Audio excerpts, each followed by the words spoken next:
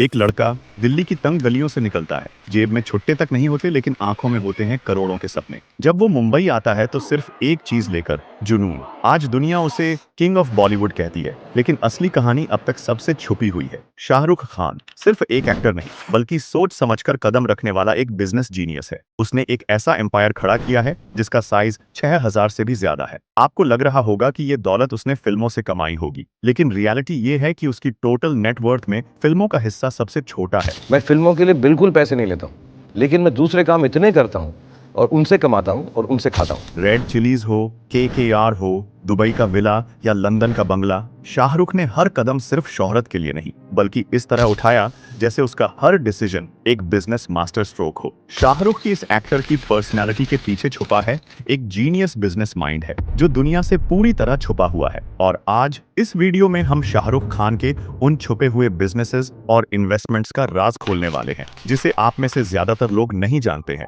और जो उसे सिर्फ किंग ऑफ बॉलीवुड ही नहीं, बल्कि बिजनेस किंग ऑफ बॉलीवुड भी बनाते हैं।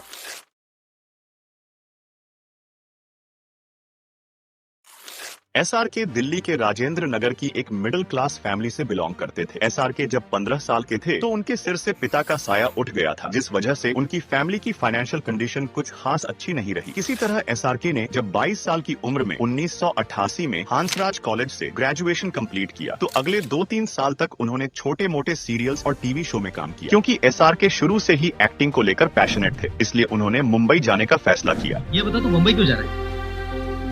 किसी की तलाश में? किसकी? कामयाबी की। और फिर क्या, अप्रैल 1991 में सिटी ऑफ ड्रीम्स यानी मुंबई में SRK की एंट्री हो चुकी थी।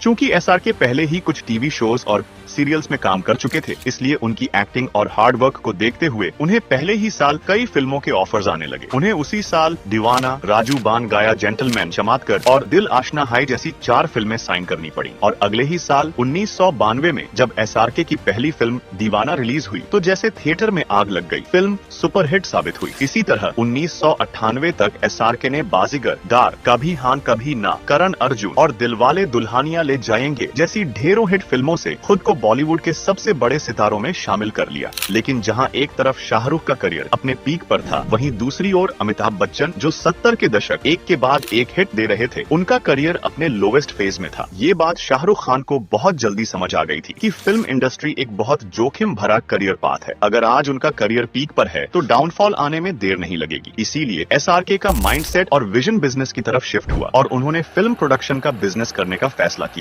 लेकिन यही फैसला उनकी लाइफ की सबसे बड़ी गलती साबित होने वाला था। आखिर ऐसा क्या हुआ कि SRK को अगले कुछ ही सालों में फिल्म प्रोडक्शन का बिजनेस बंद करना पड़ा?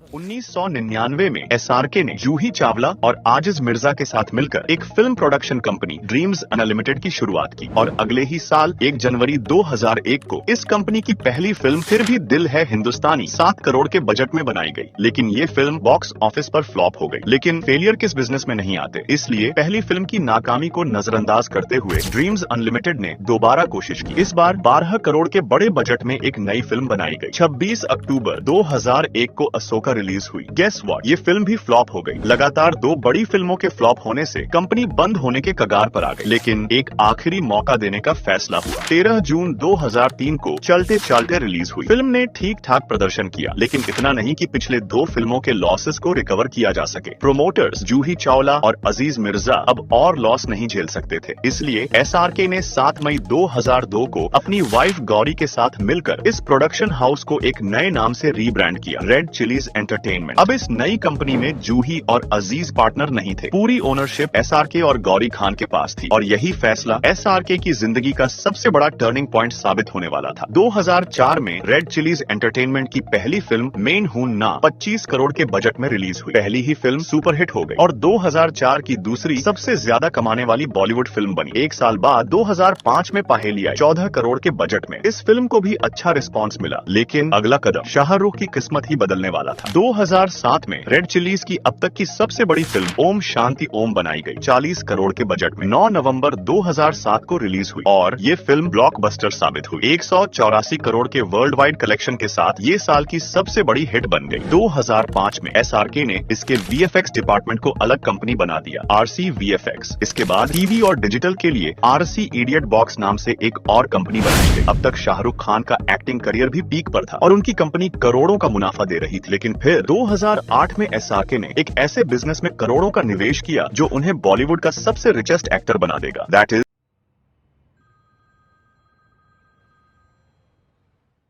जब 2008 में बीसीसीआई ने आईपीएल लॉन्च किया तो शाहरुख ने 75 करोड़ में केकेआर की फ्रेंचाइजी खरीद ली। लेकिन यहाँ एसआरके ने जैसा सोचा था वैसा कुछ नहीं हुआ। जब केकेआर को 2008 में मैदान में उतारा गया तो टीम का प्रदर्शन बेहद खराब रहा और उन्हें हार का सामना करना पड़ा। 2009 में भी केकेआर हार और 2010 में फिर से हारकर वापस लौटी। लगातार 3 साल हारने के बाद केकेआर तो बस एक मजाक बनकर रह गई। फिर आया 2011। एसआरके ने 11 करोड़ रुपए में गौतम गंभीर को खरीदा और टीम का कप्तान बना दिया और यहीं से केकेआर का पूरा फ्यूचर बदलने वाला था। 2012 में गंभीर की कप्तानी में केकेआर ने अपनी पहली आईपीएल ट्रॉफी जीती और 2014 में दोबारा मैदान में झंडा लहराया और दूसरी बार आईपीएल जीती। लेकिन थोड़ी ही देर बाद वानखेड़े स्टेडियम में एसआरके और बीसीसीआई के एक गार्ड के बीच टकराव हो गया, या यूं कहो एसआरके का दिल्ली वाला रूप बाहर आ गया। 17 मई को वानखेड़े स्टेडियम में काफी गुस्सा कर दिया था। तो वहाँ एक इंसान थे जिन्होंने कुछ थोड़ा सा ऐसा शब्द यूज किया जो मुझे हिंदी दिल्ली वाला होने के हिसाब से गाली लगा।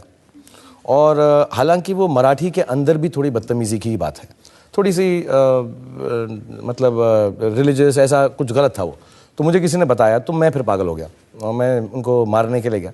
मार सका नहीं मैं उनको, क्योंकि मुझे इस वजह से एसआरके को 4 साल के लिए वानखेड़े स्टेडियम से बैन कर दिया गया। हालांकि 2 साल बाद ये बैन हटा लिया गया था। लेकिन एसआरके अब किसी और ही सोच में थे। वो केकेआर को सिर्फ इंडिया तक नहीं ग्लोबली ले जाना चाहते थे। 2015 में एसआरके ने कैरिबियन प्रीमियर लीग में भी केकेआर के नाम से एक टीम बना ली और इस टीम ने सीपीएल में 2015, 2017, 2018 और 2020 में ट्रॉफी जीतकर खुद को साबित कर दिया। कुछ साल बाद जब अमेरिका में क्रिकेट का क्रेज बढ़ने लगा तो 2023 में एसआरके ने एमएलएसई यानी मेजर लीग क्रिकेट में भी केकेआर की टीम लॉन्च कर दी। और यहाँ भी नहीं रुके, एसआरके ने यूएई की ILT20 यानी इंटरनेशनल लीग T20 में भी अबू धाबी नाइट राइडर्स के नाम से एक टीम खरीद ली। और ये ग्रुप हर साल शाहरुख खान को करीब 78 से 80 करोड़ का प्रॉफिट देता है। शाहरुख खान की आईपीएल बिजनेस चर्चा आज पूरी दुनिया में है, लेकिन बहुत कम लोग जानते हैं कि उनका एक और बड़ा बिजनेस एम्पायर भी है।